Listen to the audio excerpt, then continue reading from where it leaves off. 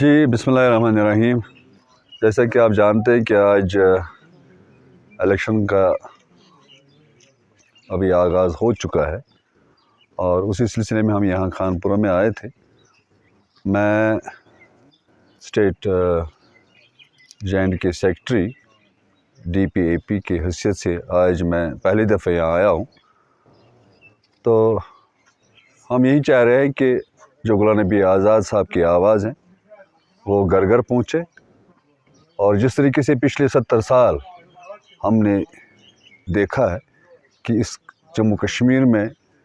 Development کے حوالے سے کچھ بھی نہیں ہوا ہے، اور جو ہمارے حکمران رہے انہوں نے اپنے گھر بسائے، انہوں نے اپنے گھر بنائے، اور یہ غریب عوام اگرچہ اس چیز کو ہمیں پروفلی ثابت کرنا ہے کہ اسی خانپورہ میں دیکھیں کہ ابھی یہاں ٹرانسفارمر تک بھی نہیں ہے، یہاں جو خمز جو بجلی کے کھمبے ہوتے ہیں وہ تک نہیں ہیں، اور یہاں پانی کے حوالے سے دیکھا جائے یہاں پانی نہیں ہے۔ ہر حوالے سے جو یہاں یہ حال دیکھا جاتا ہے یہ پورے جموں کشمیر میں دیکھا جاتا ہے، اور میں اسی لیے یہاں آیا تھا کہ ہمیں غلام نبی آزاد صاحب کے ہاتھ مضبوط کرنے پڑیں گے، اگرچہ ہمیں بدلاؤ لانا ہے، اگرچہ ہمیں اپنے آپ میں تبدیلی لانی ہے، اور ہمیں کل الیکشن میں کہ DPAP کو ووٹ دینا ہوگا۔ میں آپ کو یہ بتانا چاہ رہا ہوں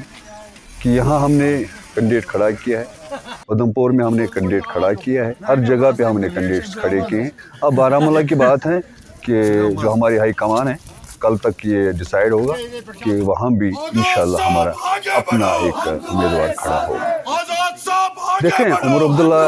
جو 370 کی باتیں کر رہے ہیں، مجھے یہ بتائیں کہ 370 تو ابھی 2019 میں ظاہری طور ٹوٹا ہے، لیکن یہ تو میرے خیال میں